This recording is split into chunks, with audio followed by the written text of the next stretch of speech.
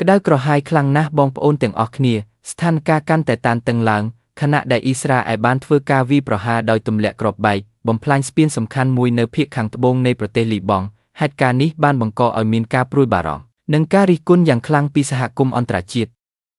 ព្រោះវាហាក់បីដូចជាមិនគោរពច្បាប់អន្តរជាតិដែលបានហាមឃាត់យ៉ាងតឹងរ៉ឹងចំពោះការវាយប្រហារលើហេដ្ឋារចនាសម្ព័ន្ធស៊ីវិលបើប្រៀបធៀបទៅនឹងអតីតកាលវាហាក់ដូចជាមានភាពស្រដៀងទៅនឹងព្រឹត្តិការណ៍មួយដែលសៀមធ្លាប់បានទម្លាក់គ្រាប់បែកកាប់ផ្តាច់ស្ពាននៅប្រទេសកម្ពុជាយើង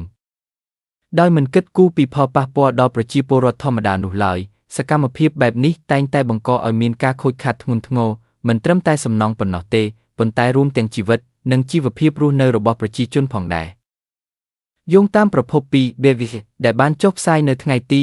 22ខែមីនាឆ្នាំ2026បានបញ្ជាក់ថាការវាយប្រហារនេះមានគោលបំណងកាត់ផ្តាច់បណ្ដាញដឹកជញ្ជូនសំខាន់នៅតំបន់ភាគខាងត្បូងស្ពានដែលត្រូវបានបំផ្លាញគឺជាផ្លូវសំខាន់សម្រាប់ដឹកជញ្ជូនស្បៀងអាហារថ្នាំសង្កូវនិងទំនិញចាំបាច់ផ្សេងទៅកាន់ប្រជាពលរដ្ឋរាប់សែននាក់នៅតំបន់នោះការបាត់បង់ស្ពាននេះមានន័យថាជីវិតប្រជាជននឹងប្រឈមមុខនឹងការខ្វះខាតយ៉ាងធ្ងន់ធ្ងរមន្ត្រីសិទ្ធិមនុស្សនៃអង្គការសហប្រជាជាតិបានចេញមុខរិះគន់យ៉ាងខ្លាំងដោយលើកឡើងថាការវាយប្រហារលើហេដ្ឋារចនាសម្ព័ន្ធស៊ីវិលគឺជាការរំលោភច្បាប់អន្តរជាតិយ៉ាងច្បាស់លាស់ហើយអាចបង្កផលវិបាកដ៏ធ្ងន់ធ្ងរដល់មនុស្សធម៌